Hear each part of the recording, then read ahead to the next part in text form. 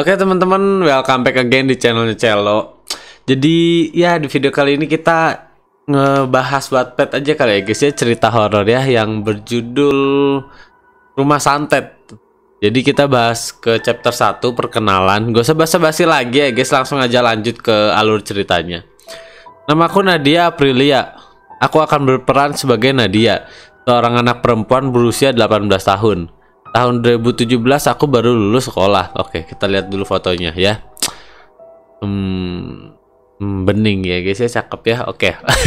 Lanjut. Oke. Aku dan kakakku yang bernama Najwa pergi ke Jawa Barat untuk merantau. Oh, jadi ini adiknya. Oh, sama-sama bening. Oke, kita lihat kakaknya. Emang mirip ya guys ya. Tuh. Dari pipinya kita kok jadi ngebahas ini. Oke udah lanjut. Karena memang setelah lulus sekolah akan langsung kerja. Itu disebabkan karena ekonomi kami yang pas-pasan. Penyebabnya adalah setelah ayah meninggal karena kecelakaan di bus, tidak ada masukan sedikit pun. Pengeluaran terus berlanjut. Usaha bengkel di rumah langsung bangkrut. Ibu pun tidak bisa kerja bengkel, belum lagi sakit-sakitan. Dari kota Jogja ke Bandung kami berdua naik kereta. Perjalanan sekitar 5 jam baru sampai. Ketika dalam perjalanan ada seorang bapak-bapak memberikan kami uang sekitar 700.000. Bapak itu bilang kalau uang ini nanti buat jajan. Tapi kakakku menerima uang itu. Di sini aku ingat kalau banyak metode pesugihan yang memang caranya memberikan uang.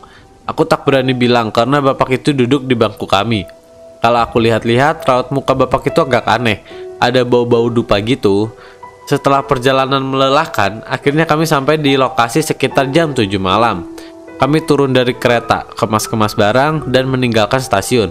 Ketika kami menyeberang rel, tiba-tiba ada kereta api melintas dengan cepat. Kami hampir saja tertabrak, benar-benar kaget, seolah tak ada kereta. Setelah dari stasiun, kami menuju ke lokasi rumah paman kami. Di sini, kami saat menyeberangi jalan raya, hampir saja tertabrak taksi. Benar-benar kaget. Disinilah aku merasa kalau uang itu adalah uang pesugihan. Nadia berkata, "Mbak, kok aku kroso aneh yo? Apa duit pesugihan yo?"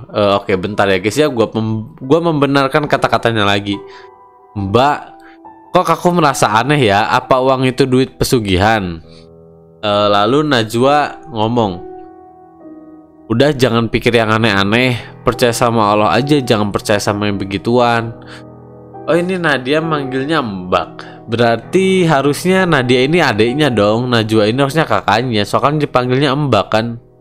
Oke lah, kita lanjut ya guys. Nadia pun menjawab, "Uangnya dihabisin aja buat jajan ke mall, makan-makan dan belanja." Kakak setuju dengan pendapatku, kami semua menuju mall. Tapi di jalan kami mengalami hal aneh lagi saat melewati perkampungan kota. Di sana dari belakang tiba-tiba dikejar 2 ekor anjing pitbull. Lu ganas banget ya. Oke, lanjut. Yang entah bagaimana bisa mengejar kami tanpa sebab. Kami semua panik dan lari secepat mungkin. Karena kalau dilihat-lihat anjing pitbull ini adalah anjing yang sangat mematikan. Bahkan keberadaannya sudah dilarang di berbagai negara. Ngerinya lagi, 2 anjing itu ukurannya hampir sebesar kambing. Setelah cukup jauh beralih melewati jalan sempit rumah penduduk, akhirnya kami lolos juga. Kami terus jalan menuju mall. Oke, bentar guys, gue ketawa dulu, gak nahan guys. Gue gak nahan karena kata-kata kambingnya itu loh guys ya kan. Udah anjing kambing lagi. Oke, lanjut ya guys ya. Jalan kampung itu menuju ke sebuah tempat, yakni tempat tongkrongan para preman. Di sana ada sekitar 7 orang preman. Di sana aku benar-benar sangat takut, apalagi preman-preman itu badannya sangat besar, tatoan, badannya bau keringat, ditambah bau alkohol, yang benar-benar membuat suasana semakin tidak enak. Apalagi ada yang ngasah senjata tajam, tapi kakak tidak merasa gentar dengan para preman. Karena kakakku ini adalah seorang murid bela diri pencak silat dan sering mengikuti latihan pencak silat. Preman 1 berkata, "Heh, berani-beraninya lu lewat sini." Najwa pun menjawab, "Maaf, kami hanya lewat saja." Lalu preman 1 dan 2 ikutan ngebacot di sini ya guys. Enak saja, ada uang kagak? Atau lu serahin aja itu adek lu buat seneng-seneng ya gak? Mereka tertawa. Sudah pasti mereka menunjukku sebagai pemuas seks. Kakakku jauh lebih cantik dariku, tapi aku lebih muda. Tentu pasti mereka memilih yang lebih muda. Lalu Najwa pun menjawab, enak saja, hadapi dulu aku. Dan preman 1 pun menjawab, dasar bajingan lu ya, nantang-nantang. Berani lu sama kami semua, hah? Lu gak kenal siapa kami semua. Terus Najwa ngebales, lu juga gak kenal gue ahli bela diri coy. Gue bisa mecahin kepala lu dengan tangan kosong, gila. Lalu preman 1 pun ngebales karena dia nggak terima ya. Wah, bajingan bener nih, mau cari mati ya. Tanpa pikir panjang, kakakku langsung menghajar bagian kepala preman itu dengan sekali pukulan. Preman itu langsung tumbang dengan kepala berlumuran darah. Mereka semua ketakutan melihat kakakku. Lalu Nadia pun berkata, Mbak, uang 700 ribunya berikan semua aja mbak. Iya, akan aku berikan semua. Aku juga tahu kalau ini uang pesugihan. Lalu kakakku langsung memberikan uangnya. Para preman-preman itu terdiam. Lalu kami pergi meninggalkan lokasi. Saat kami pergi melewati lokasi, dari belakang terdengar para preman itu semuanya pada teriak-teriak.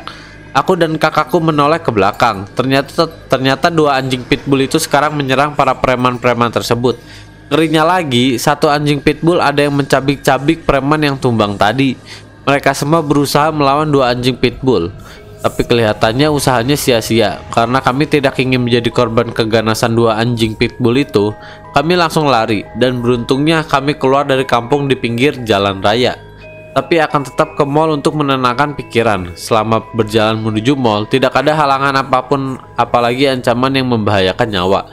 Singkat cerita, kami akhirnya sampai di mall. Belanja di supermarket, beli pakaian, beli mainan jenis action figure. Karena aku suka koleksi action figure, akhirnya kami makan di sana. Selama makan di sana, kakakku curhat dan sangat kesal sama preman-preman tersebut. Kenapa gak dia habisin saja sama preman-preman tersebut satu persatu? Aku jawab, karena kita bawa uang pesugihan sebagai senjata ampuh, karena terbukti juga preman-preman itu ada yang tumbang, bahkan ada yang meninggal dunia karena digigit anjing pitbull. Lalu Najwa pun berkata, wah iya ya, benar juga ya. Terus Nadia ngebales, iya sabar, hati-hati nanti malah kota yang ditangkap polisi, nanti malah kita yang ditangkap polisi. Aku menambahkan, takutnya menghajar preman malah kita yang masuk penjara dengan dugaan kasus penganiayaan dan pembunuhan. Tidak adil memang. Melakukan pembelaan diri dijatuhi hukuman dengan undang-undang kriminal, bahkan hukum yang tak lazim. Wih keren ya, itu adalah hukum yang harus dicontoh dan dipatuhi. Setelah makan-makan, kami akhirnya pergi ke rumah paman dan bibi kami dengan naik taksi. Sekitar 10 malam, akhirnya kami sampai juga di lokasi. Di sana mereka sudah menunggu di teras rumah. Ada paman bernama Alek Yadi dan bibi bernama Alek Esti. Mereka berdua menunggu di teras rumah. Alek Yadi berkata, udah aku tunggu lama banget kalian ini. Lalu Nadia pun menjawab, iya lama banget, belum lagi dikejar anjing. Lah kok bisa, katanya Alek Yadi. Dan Nadia pun menjawab, aku tidak tahu.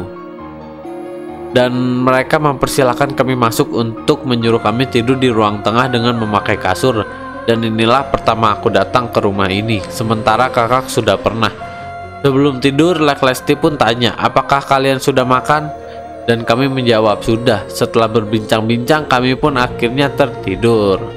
Oke guys ya, kalau kalian penasaran sama cerita kelanjutannya guys, komen aja ya guys ya, karena komen kalian itu bagaikan bahan bakar ya guys ya, yang bikin rasa semangat tuh tumbuh gitu loh ya guys ya. Oke, cukup sampai sini aja. Thank you guys, see you the next video, goodbye.